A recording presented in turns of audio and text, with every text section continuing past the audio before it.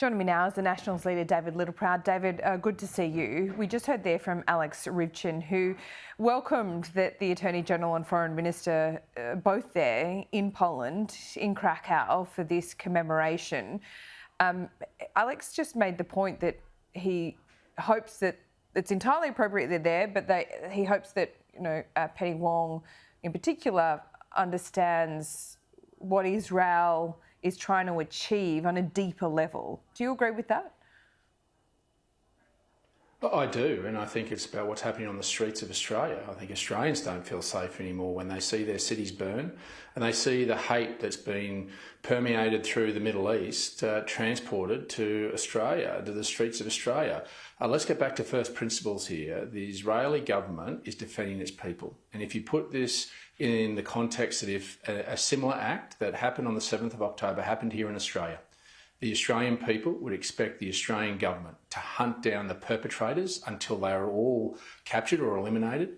And if there were hostages, they would expect Australia to hunt them down, those perpetrators, but actually get back those hostages before any ceasefire was undertaken. So I think Israel has been put in a very difficult situation where Hamas has hid behind civilians in a war when the Israeli government is trying to get back their own citizens and to make sure this doesn't happen again. Something I think the Australian people would expect of their government if it happened to us, and what we would do. And in fact, what we did do after the Bali attacks, if you cast your mind back, we did go into Indonesia and we hunted down those that perpetrated those attacks and we brought them to account.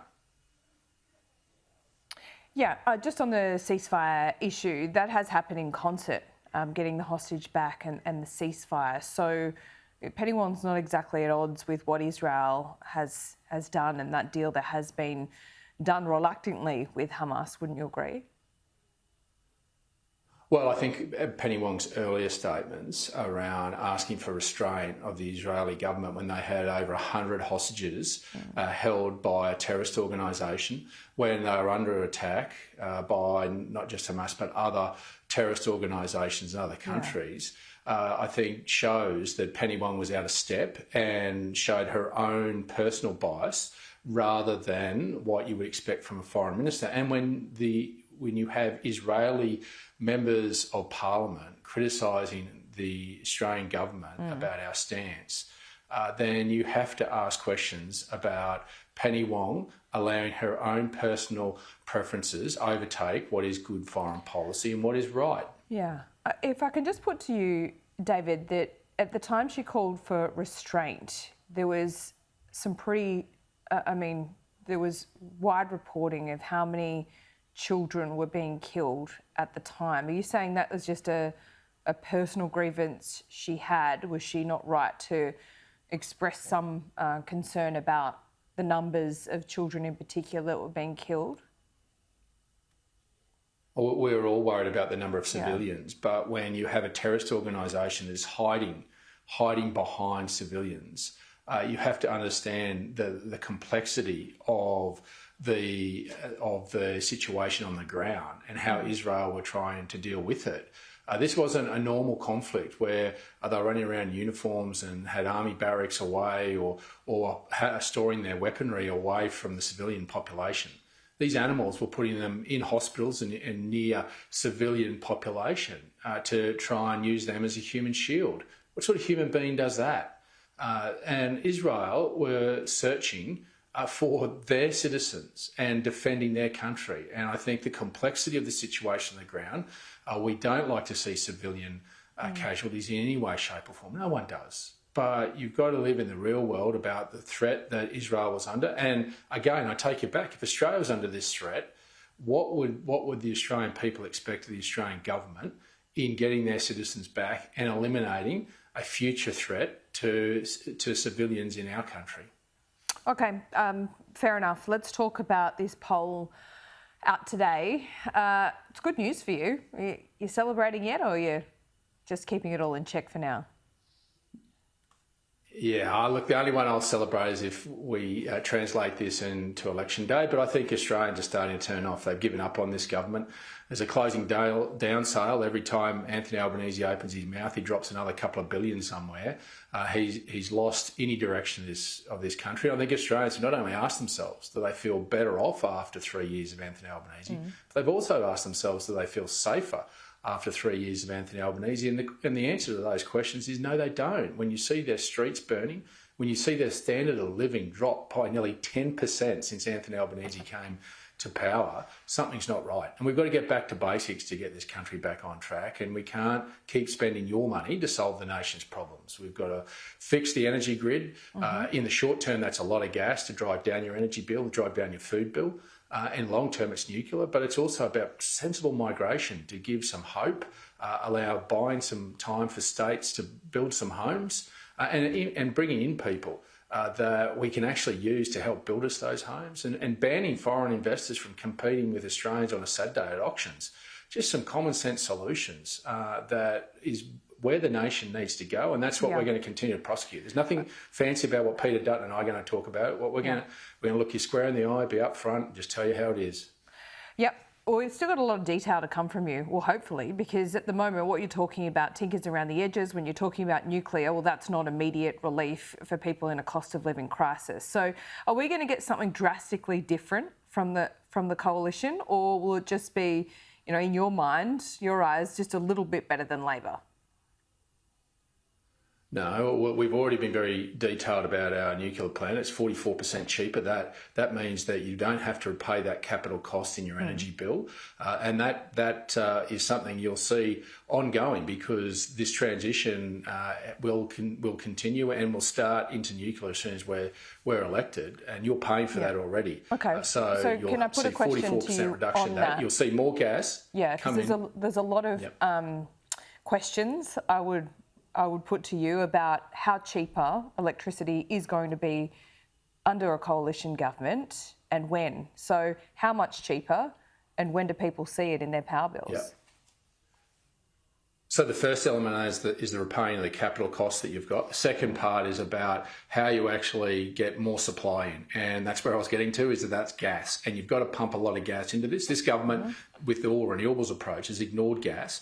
So you can get gas into the system in 12, 18 months. In fact, there's 60 odd petajoules just west of me that's going to come in over the next 12 to 18 months, ramping up to 120 petajoules. There's some work on infrastructure there. There's also, that'll also feed into reducing your food bill. And we're taking on the supermarkets to make sure there's transparency. But also in terms of housing, we've said that we're going to pause the construction code from this 7-star status that we've got at the moment. That's added $60,000 to the construction of a home, to actually not just pause that, but go line by line and remove what we can to be able to reduce costs in your housing. So this is about sensible policy without having to spend all your money. But underpinning that will be gas, and a lot of gas in the short term. And we'll be very detailed about the infrastructure to get that gas into the system and get that in within the next 18 months or so.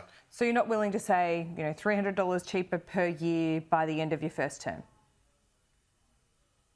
Well, I mean, that would be very dangerous from opposition when you had an opposition last time that promised you $275 reduction. Well, that's why I'm asking you. By over $700. Whether you're willing to make a similar promise. That's why because you've got to be honest with the Australian people. I've just said that Peter Dutton and I are going to be upfront and honest. But what we can guarantee, and no matter how many essays you want to write, like Jim Chalmers, demand and supply principles are pretty simple. They haven't changed. If you increase supply, prices will come down. And if you look at how our energy bill's determined, it's determined by the highest energy input cost, and that's gas. So if you increase supply, the price should stabilise and come down.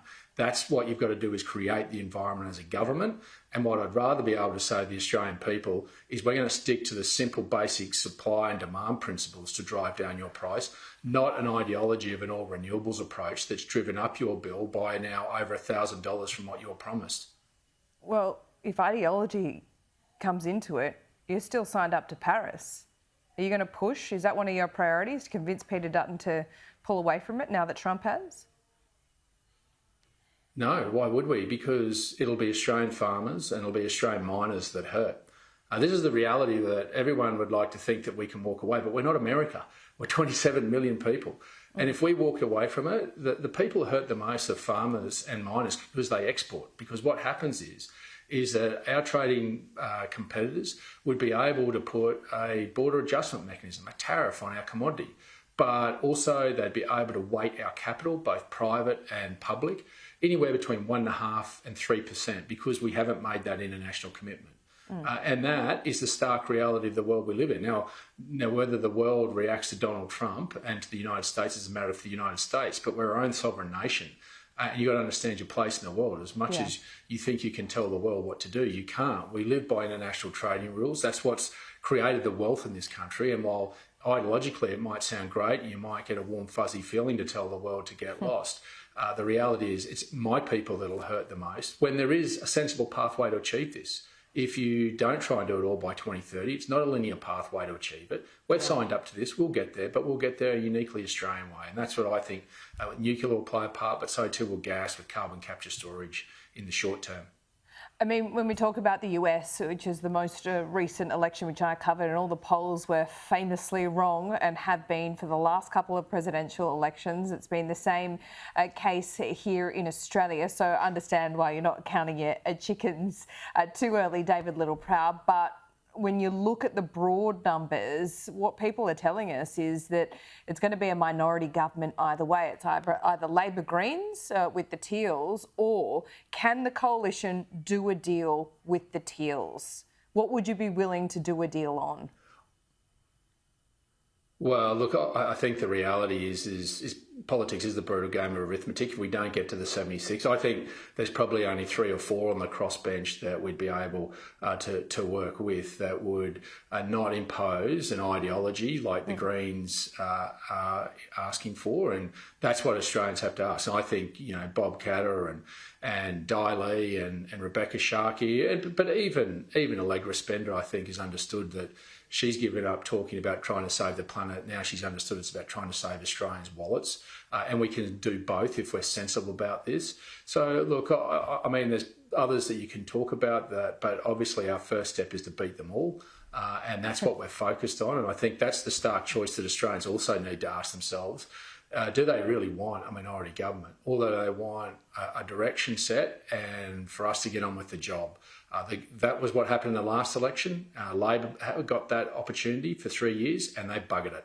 Just look at it. Our country's in a mess economically and socially. So it's better to have a majority. So we're saying to the Australian people, if you want to change, make it easy for us to get in there and clean this mess up and clean it up quickly. So is that part of the reason why you won't junk Paris? Because you need the Teals, or you might need them. No, because as I just articulated, the people I represent are the ones that are going to hurt the most because we're exporters. If you look at the agricultural sector, we produce enough food and fibre for 80 million people. We're a nation of 27 million people. If the world tells us we're going to be uncompetitive, we're not going to take your product anymore, it's my communities that hurt the most because we don't need the farmers to produce the food and fibre that we've got at the moment. It's pure economics. It's pure reality. I live in the real world. I'm a pragmatist. And while it's great to have an ideology, I have to pay the bills, and the people I represent want to pay the bills as well. And that's also the mining sector. The mining sector would be tariffed as well. So why do we want to make ourselves uncompetitive if we're just sensible about this? And we've got time. We don't need, what you're experiencing at the moment is this reckless race to do it all by 2030. We've got till 2050. And if we really want to change the world, we should be pressuring China, in particular, in reducing their emissions quicker because they're signed up to 2060, not by 2050, and they have a greater impact on the global climate than what Australia does. So I think it's important that sort of advocacy also happens at an international stage rather than just being down on the Australian industry all the time. Well, buckle up. It's going to be quite a year. David, we look forward to talking to you every Monday. We'll see you soon. Sounds good.